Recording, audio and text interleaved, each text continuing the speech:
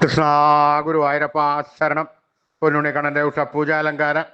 രാവിലെ 4 മണിയോടുകൂടി മലർനിവേദ്യം കഴിഞ്ഞ് ശ്രീകോവിൽ നട തുറന്നു. പൊന്നുണ്ണിക്കണ്ണനതാ ശ്രീലോകത്ത് പുഞ്ചിരിച്ച് നിൽക്കുകയാണ്. നെയ്വിളക്കുകളെല്ലാം നിറഞ്ഞു കത്തുന്നുണ്ട്. അതിൻ്റെ ശോഭയില് പൊന്നുണ്ണിക്കണ്ണൻ്റെ പുഞ്ചിരി കാണാൻ കൂടുതൽ കൂടുതൽ കൂടുതൽ ഒരു ഭംഗിയുണ്ട്. പൊന്നുണ്ണിക്കണ്ണൻ്റെ തിരുമുഖം ചന്ദനം ചാർത്തിയിട്ടുണ്ട്. നെറ്റിയിൽ ഒരു സ്വർണ്ണഗോപിക്കുറി അണിയിച്ചിട്ടുണ്ട്. ചെവിയിൽ ചെവിപ്പൂക്കൾ വെച്ചിട്ടുണ്ട്. മാറത്ത് 2 സ്വർണ്ണത്തിലകവും 2 സ്വർണ്ണമാലകളും ചാർത്തിയിരിക്കുന്നു. കയ്യിൻ്റെ ആ ചുമലിലായിട്ട് ഓരോരോ സ്വർണ്ണത്തിലകങ്ങൾ ചാർത്തിയിരിക്കുന്നു. പൊന്നിൻ കിങ്ങിണി കെട്ടി പട്ടുകോണകമെടുത്ത് ഒരു പീതാംബര പട്ട് ഞൊറിഞ്ഞെടുത്തിട്ടുണ്ട്. കയ്യിൽ ഓടക്കുഴലുമുണ്ട്, താമരയുണ്ട്. സ്വർണ്ണ കിരീടം ചാർത്തി. കിരീടത്തിന്മേൽ 3 തിരുമുടിമാലകളും 2 വലിയ വനമാലകളും ചാർത്തിയിരിക്കുന്നു. അങ്ങനെ സുന്ദരനായി പുഞ്ചിരിച്ച് നിൽക്കുന്ന സച്ചിദാനന്ദ കട്ടയെയാണ് നട തുറന്ന സമയത്ത് ഭക്തന്മാരെല്ലാവരും കാണുന്നത്.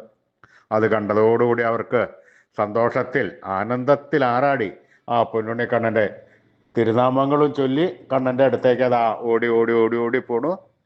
ആ സോപാനപ്പടിയിൽ നിന്ന് കണ്ണനെ കൺകുളിർക്ക കണ്ട് ആ കണ്ണൻ്റെ തൃക്കാൽക്കൽ വീണ് നമസ്കരിക്കണോ, പ്രാർത്ഥിക്കണോ. കണ്ണൻ്റെ അനുഗ്രഹം അവർക്കെല്ലാവർക്കും ഉണ്ടാവണം. ആ സുന്ദര രൂപം നമുക്കും നമ്മുടെ മനസ്സിലേക്കൊന്ന് ആവാഹിച്ചാലോ? എല്ലാവരും നല്ലപോലെ പ്രാർത്ഥിച്ചോളൂ. പൊന്നിൻ കിങ്ങിണി കെട്ടി പട്ടുകോണകമെടുത്ത് പീതാംബരപ്പട്ട് ഞൊറിഞ്ഞെടുത്ത് കയ്യിൽ ഓടക്കുഴലും താമരയും പിടിച്ച് സർവാഭരണ വിഭൂഷിതനായി നിന്ന് പുഞ്ചിരിക്കുന്ന ആ സച്ചിദാനന്ദക്കട്ടയെ എല്ലാവരും മനസ്സിൽ വിചാരിക്കൂ. നല്ലപോലെ വിചാരിച്ചോളൂ. പൊന്നുണ്ണിക്കണ്ണനതാ നമ്മുടെ മനസ്സിൻ്റെ ഉള്ളിലേക്ക് അതാ കയറി വരണു. ആ പൊന്നുണ്ണിക്കണ്ണൻ അവിടെ എത്തിക്കഴിഞ്ഞാൽ 2 കൈകളെ കൊണ്ട് കൂട്ടിപ്പിടിച്ച് ആ കണ്ണനെ അവിടെ നിർത്തി അവിടെ പ്രതിഷ്ഠിച്ച് ആ കണ്ണനുമായി കുറച്ചു നേരം സംവദിച്ച് ആ കണ്ണനെ ഒന്ന് കൊഞ്ചിച്ച് ലാളിച്ചൊരു മുത്തം കൊടുത്ത് ആ കണ്ണൻ്റെ അത്ര കാൽക്കൽ വീണ് നമസ്കരിക്കാം, പ്രാർത്ഥിക്കാം. കണ്ണൻ്റെ അനുഗ്രഹം നമുക്കെല്ലാവർക്കും എല്ലായ്പ്പോഴും ഉണ്ടാവും. എല്ലാവരും ആ കണ്ണൻ്റെ തിരുനാമങ്ങൾ ചൊല്ലിക്കോളൂ. നാരായണ നാരായണ നാരായണ നാരായണ നാരായണ. സ്നേഹത്തോടുകൂടി, വിശ്വാസത്തോടുകൂടി, ഭക്തിയോടുകൂടി ആ കണ്ണൻ്റെ തിരുനാമങ്ങൾ ഉറക്കെ ഉറക്കെ ജപിക്കുക. കണ്ണൻ അത് കേൾക്കും. കേൾക്കാതിരിക്കാൻ കണ്ണന് പറ്റില്ല. അത് കേട്ട് കഴിഞ്ഞാൽ കണ്ണൻ്റെ ഒരു വരവുണ്ട് നമ്മുടെ അടുത്തേക്ക്. ഓടി ഇങ്ങോട്ട് വന്ന് നമ്മളെ കെട്ടിപ്പിടിച്ച് നമ്മുടെ ഒക്കത്തൊക്കെ ഒന്ന് കയറിയിരുന്ന് നമുക്കൊരു ഉമ്മയെല്ലാം തരും. അതിനുശേഷം നമ്മൾ എത്രത്തോളം സ്നേഹം കൊടുത്തോ അതിൻ്റെ 10 മടങ്ങ് ഇരട്ടി സ്നേഹം കണ്ണൻ നമുക്ക് തരും.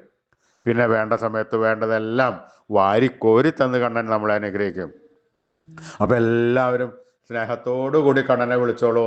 നാരായണ നാരായണ നാരായണ നാരായണ.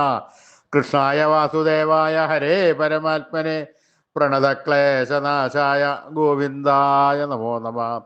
കൃഷ്ണായ വാസുദേവായ ഹരേ പരമാത്മനെ പ്രണതക്ലേശനാശായ ഗോവിന്ദായ നമോ നമഃ. കൃഷ്ണായ വാസുദേവായ ഹരേ പരമാത്മനെ പ്രണതക്ലേശനാശായ ഗോവിന്ദായ നമോ നമഃ. അച്യുതാനന്ദ ഗോവിന്ദ അച്യുതാനന്ദ ഗോവിന്ദ അച്യുതാനന്ദ ഗോവിന്ദ. ഈ നാമത്രയ മന്ത്രം എല്ലാവരും ദിവസേന ഉപാസിക്കുക.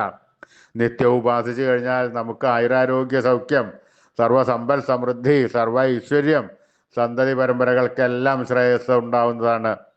അതുകൊണ്ട് ആരും ഉപേക്ഷ വിചാരിക്കേണ്ട. ജപിച്ചു തുടങ്ങിക്കോളൂ. ഋഷീശ്വരന്മാർ തലമുറകൾ കൈമാറി തന്ന ഈ അമൂല്യനിധി നമ്മൾ വിട്ടുകളയരുത്. നമ്മൾ ഉപാസിക്കണം. അതുമാത്രം പോരാ, നമ്മുടെ വരും തലമുറകൾക്ക് അത് ഉപദേശിച്ചു കൊടുത്ത് അവരെ കൊണ്ട് ഉപാസിപ്പിക്കുകയും വേണം. ഈ കലികാലത്ത് ജപിക്കാൻ പറ്റിയ ഉത്തമമായ മന്ത്രം കൂടിയാണിത്. അതുകൊണ്ട് എല്ലാവരും ഇന്ന് തന്നെ തുടങ്ങിക്കോളൂ നാമത്രയ മന്ത്രം ചൊല്ലാൻ. അച്യുതാനന്ദ ഗോവിന്ദ അച്യുതാനന്ദ ഗോവിന്ദ അച്യുതാനന്ദ ഗോവിന്ദ അച്യുതാനന്ദ ഗോവിന്ദ.